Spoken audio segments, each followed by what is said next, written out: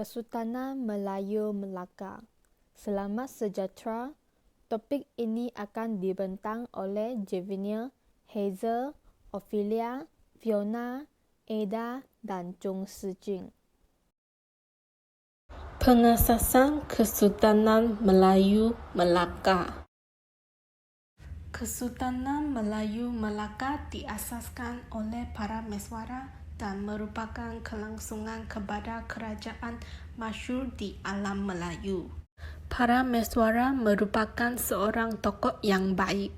Perkara ini dapat dinilai menerusi kebijaksanaan beliau dalam memilih serta memanfaatkan lokasi yang strategi dan alam semula jadi yang terdapat di Sungai Bertam atau kini dikenali sebagai Sungai Melaka. Kebijaksanaan para Meswara memilih lokasi tersebut telah mendorong Melaka muncul sebagai pusat perdagangan antara bangsa. Kedudukan Melaka amat strategi kerana terletak di laluan perdagangan utama antara timur dan barat.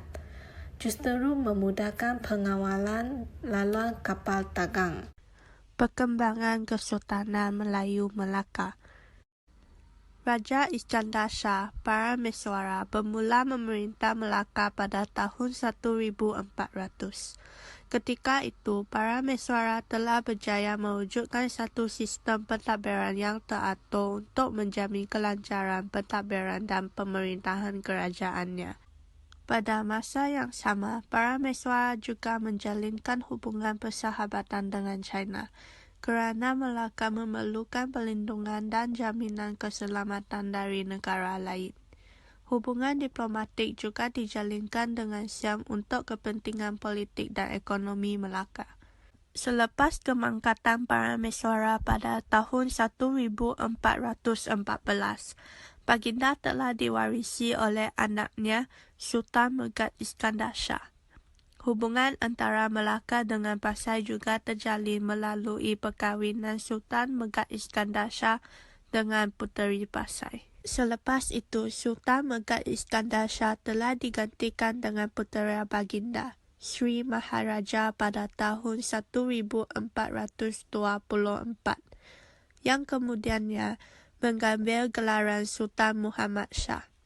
Baginda telah membentuk adat istiadat berpandukan adat kemegahan kerajaan Sriwijaya. Pada tahun 1444, Sultan Muhammad Shah telah diganti oleh puteri Rokan, iaitu Raja Ibrahim. Disebabkan pemerintah sebenarnya adalah sepupu puteri Rokan, orang-orang besar Melaka tidak setuju dan telah membunuh Raja Ibrahim dan dimakamkan dengan gelaran Sultan Abu Syahid. Raja Qasim, anak isteri pertama Tun Wati, menaiki takhta pada tahun 1445 dan memakai gelaran Sultan Muzaffar Shah. Baginda telah mengisytiharkan Islam sebagai agama rasmi negeri pada masa itu. Semasa pemerintahannya, pihak Siam membuat dua serangan ke atas Melaka. Serangan pertama diketuai oleh Awi Chakra melalui darat pada tahun 1445, tetapi telah ditewaskan oleh Tun Perak dan Tun Hamzah tidak jauh dari Muar. Pada tahun 1456, Siam melancarkan serangan kedua yang diketuai oleh Awi Dichu melalui laut, dan sekali lagi Tun Perak telah berjaya menewaskan mereka dengan mudah. Selepas dua kekalahan di darat dan laut ini, Siam tidak lagi mencuba untuk menyerang Empayar Melayu Melaka.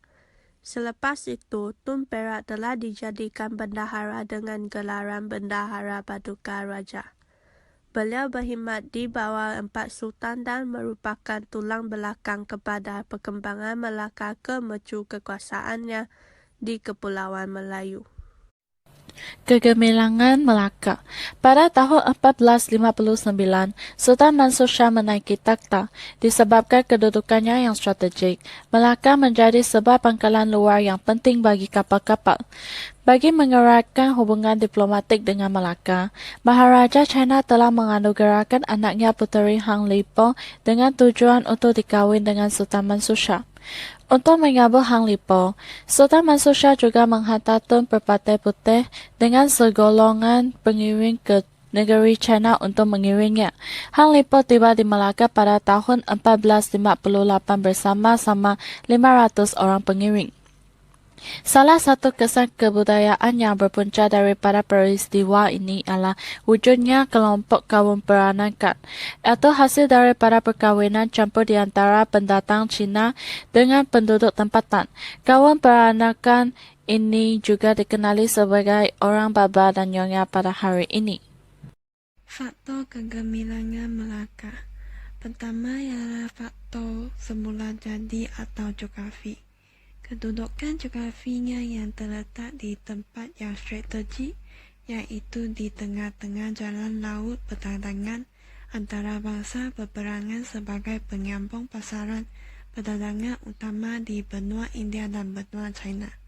Selain itu, kedudukan Melaka di Selat Melaka kerana selat ini ialah sebuah lorong sempit yang mesti dilalui oleh semua pedagang luar untuk ke mana-mana destinasi. Orang Melayu pesisir memainkan peranan penting sebagai penjual dan pengedar hasil hutan. Hal ini demikian kerana Melaka kekayaan dalam sumber asli, hasil persekitaran dan hasil hutan. Pada waktu itu, emas dan biji timah menjadi hasil sumber utama di Melaka. Seterusnya, kedudukan semenanjung tanah Melayu yang terlindung oleh Pulau Sumatera menggalakkan pertumbuhan plankton. Kedua ialah faktor ekonomi.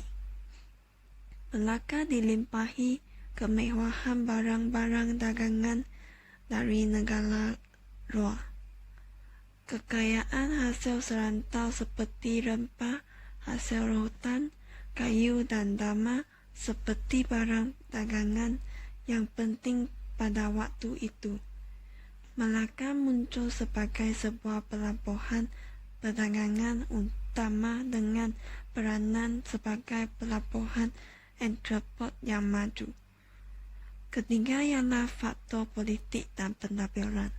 Hubungan rapat antara Melaka dengan China memberi peluang kepada Melaka memperoleh perlindungan politik. Hal ini dapat mengelakkan Melaka dari ancaman Siam yang kuat ketika itu. Melaka mempunyai ciri keselamatan dan ketenteraan yang lengkap, terutamanya dengan pelibatan orang laut dan tokoh-tokoh kerajaan. Di samping itu, Melaka juga mempunyai ciri tokoh pemberdayaan yang tersusun, termasuklah sistem cukai dan jual belinya. Pada waktu itu, penggunaan bahasa Melayu sebagai bahasa perantaraan, lingua franca membolehkan komunikasi di Melaka berjalanan dengan lancar. Kejayaan Melaka. Melaka telah berjaya mencapai kejayaan yang lebih besar kesan daripada faktor perdagangan yang semakin berkembang pesat. Selepas Melaka muncul sebagai sebuah pusat perdagangan baru menggantikan Sriwijaya pada abad ke-15.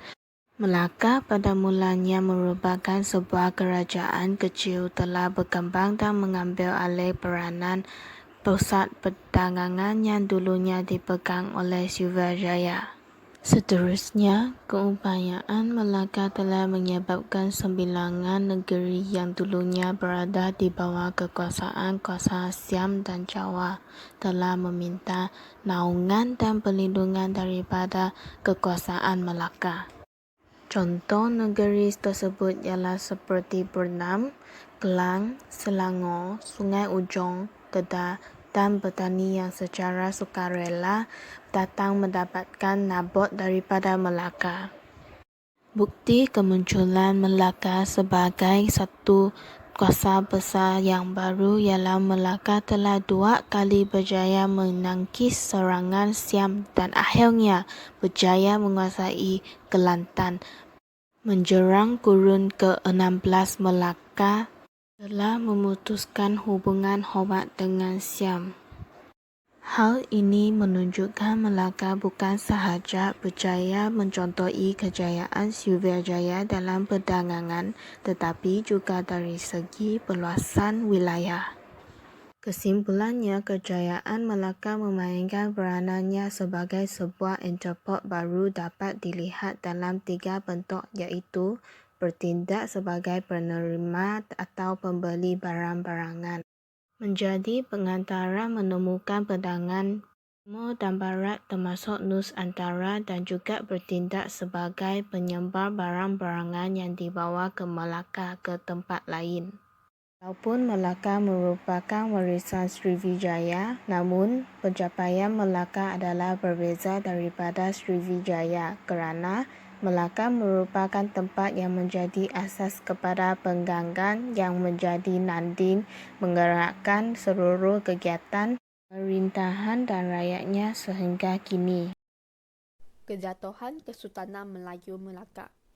Kejatuhan Kesultanan Melayu Melaka dibahagikan kepada faktor dalaman dan faktor luaran. Faktor dalaman pertama ialah kelemahan pemerintah Melaka. Sultan Mahmud Shah digambarkan sebagai seorang perintah yang sering diabaikan doktrin keadilan dalam pemerintahannya. Kelemahan sistem pertahanan ialah faktor kedua. Angkatan Perang Melaka tidak mempunyai struktur yang lengkap dan askar upahan Melaka dari Jawa telah melarikan diri. Di samping itu, askar Portugis lebih terlatih dan mendapat sokongan dari pangkalan tentera di Goa India. Senjata Portugis juga lebih moden dan lengkap. Faktor seterusnya ialah kekurangan perpaduan rakyat Melaka. Pembesar dan rakyat hidup berpuak-puak, misalnya ujuk puak tua iaitu kumpulan Sultan Mahmud dan puak muda iaitu kumpulan Sultan Ahmad yang tidak sefahaman. Mereka ujuk pertelingkahan antara kaum India dengan kaum Melayu. Ini itu, pembesar yang bersikap tidak adil seperti mengenakan cukai yang berlebihan kepada pedagang-pedagang. Hal ini menyebabkan pedagang-pedagang menjadi marah dan mula mencari pelabuhan-pelabuhan lain seperti Aceh, Bentan, Patani dan Brunei untuk menjalankan kegiatan perdagangan mereka. Seterusnya ialah faktor luaran kejatuhan Kesultanan Melayu Melaka. Pertama ialah penemuan Tanjung Pengharapan. Aktiviti penjelajahan oleh masyarakat Eropah ke timur dengan penemuan Tanjung Pengharapan pada tahun 1488 menyebabkan kuasa-kuasa barat mula berminat dengan tapak-tapak perdagangan di timur. Keinginan Portugis untuk menguasai pelabuhan Melaka atas faktor memonopoli dagangan rempah, mengikat penguasaan dagangan pedagang-pedagang Islam dan menyebarkan agama Kristian. Akhirnya, Portugis menyerang Melaka pada tahun 1509 dan 1511. Melaka menang pada serangan pertama namun gagal mempertahankan kotanya pada serangan kedua. Serangan Portugis pada 24 Julai tahun 1511 yang diketuai oleh Afonso de Albuquerque bersama angkatannya yang terdiri daripada 19 buah kapal perang dan 14,000 orang tentera telah berjaya menundukkan Melaka. Sekian, terima kasih.